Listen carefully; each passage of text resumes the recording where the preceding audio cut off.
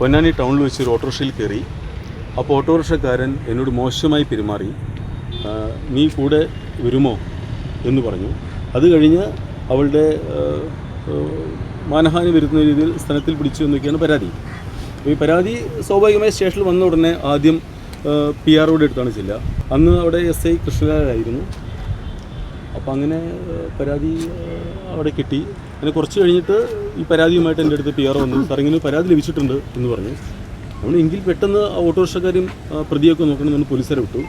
അവർ പോയി ഓട്ടോറിക്ഷ രാത്രി കണ്ടെത്താൻ പറ്റിയിട്ടില്ല, പ്രതിയെക്കുറിച്ച് നോക്കാം, അന്വേഷിക്കാമെന്ന് പറഞ്ഞു. അങ്ങനെ ചില പോലീസുകാരോട് പറഞ്ഞു, സാറും ശ്രദ്ധിച്ചിട്ട് കേസെടുത്താൽ മതി. കാരണം എന്താണെന്ന് വെച്ചാൽ ഈ സ്ത്രീ ഇങ്ങനെ പലർക്കെതിരെ വ്യാജ പരാതികൾ കൊടുത്തിട്ട് പിന്നീട് പുറത്ത് വെച്ച് കോംപ്രമൈസ് ചെയ്തിട്ട് പണം തട്ടുന്ന സ്ത്രീയാണ് എന്ന രീതിയിൽ പറഞ്ഞു. നമ്മൾ ഓക്കെ, നമുക്ക് വിശദമായി അന്വേഷിക്കാം എന്ന് പറഞ്ഞു. അങ്ങനെ ഇരിക്കെ ഏകദേശം രാത്രി 10 മണിയാകുമ്പോൾ വളരെ വിശ്വസ്തനായ ഒരു വ്യക്തിയുടെ കോൾ എനിക്ക് ലഭിക്കുകയാണ്.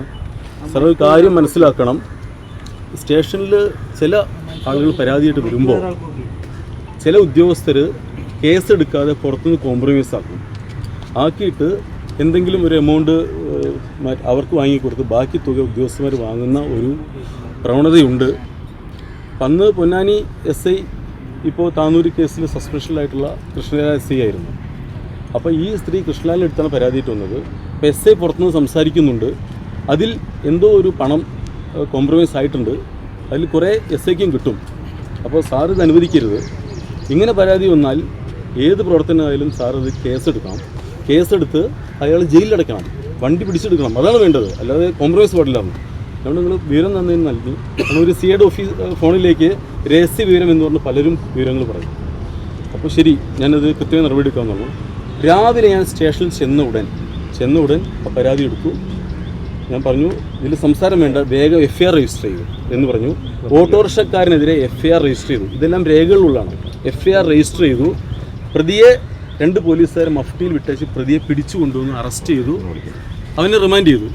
ഓട്ടോറിക്ഷ കൊണ്ടുവന്നു. ഓട്ടോറിക്ഷ സീസ് ചെയ്ത്, മാസ്റ്റർ പ്രകാരം സീസ് ചെയ്ത് നേരെ ഓട്ടോറിക്ഷ കോടതിക്ക് വിട്ടു. ഒരു 10:30 ഈ സ്ത്രീ രണ്ടാമത് ദേഷ്യം പിടിച്ച് വരുന്നുണ്ട്. നിങ്ങൾ കാരണം എനിക്ക് കിട്ടേണ്ട പണമൊക്കെ നഷ്ടപ്പെടുകയാണ്. എന്തിനത് കേസിൻ്റെ ആവശ്യം? എനിക്കത് ചർച്ച മതിയല്ലോ എന്ന് പറഞ്ഞു. നമ്മൾ ചർച്ച എന്ന സംഭവമില്ല, നിയമപരമായ പരാതി കിട്ടിയ കേസെടുക്കുകയാണ് വേണ്ടത്. നിങ്ങളിനി എന്തെങ്കിലും നിങ്ങൾ വനിതാ പോലീസ് വിമൻ ഡെസ്കിലിരിക്കുന്ന പോലീസോട് സംസാരിക്കുമെന്ന് പറഞ്ഞു. പിന്നെയാണ് അറിയുന്നത് ഈ സ്ത്രീ കൃഷ്ണലാലിൻ്റെ വീട്ടിൽ മറ്റേ അടുക്കളപ്പണിയൊക്കെ സഹായിച്ചിരുന്ന സ്ത്രീയാണ് എന്ന് വിശ്വസ്തരെന്ന് പറഞ്ഞറിയുന്നത്. ഞാൻ പിന്നെ എൻ്റെ പോലീസ് ഉദ്യോഗസ്ഥരെ എങ്ങനെ മോശമായി പെരുമാറുന്നല്ലാതെ പെരുമാറുന്നതിനെപ്പറ്റി കൂടുതൽ അന്വേഷിച്ച് വ്യക്തിപരമായ കാര്യങ്ങളിൽ കിടക്കാത്ത ആളാണ്. അതുകൊണ്ട് തന്നെ അതിനെപ്പറ്റി കൂടുതൽ അന്വേഷിച്ചില്ല.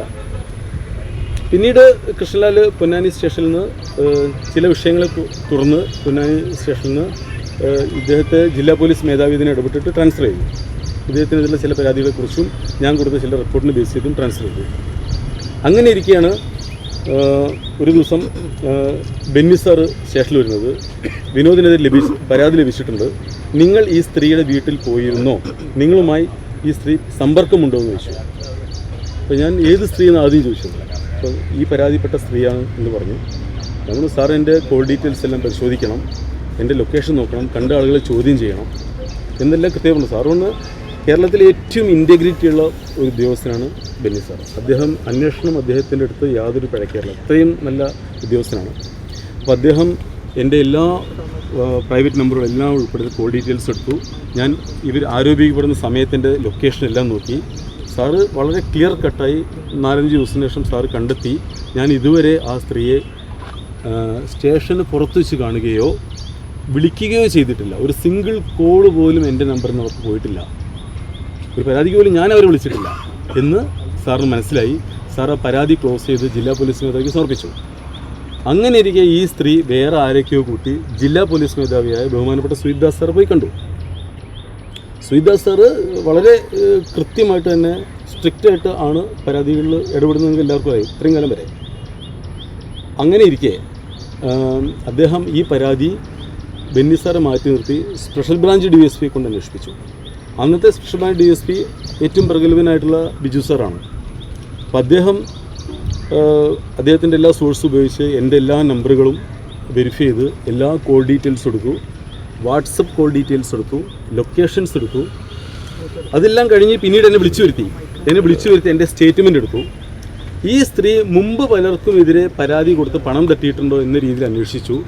മുമ്പ് 1-2 ഇതേപോലെ സമാന സംഭവങ്ങളുള്ളതായിട്ട് കൃത്യമായിട്ട് സാറിന് മനസ്സിലായി. ഇതെല്ലാം വെച്ച് സാറ് നല്ല റിപ്പോർട്ടടിച്ച് ജില്ലാ പോലീസ് മേധാവിക്ക് സമർപ്പിക്കുകയും പൂർണ്ണമായും വ്യാജ ആരോപണമാണെന്ന് മനസ്സിലാക്കിയിട്ട് ഈ പരാതി ക്ലോസ് ചെയ്യുകയാണ് ബഹുമാനപ്പെട്ട ശ്രീദാസ് സാർ ചെയ്തിട്ടുള്ളത്.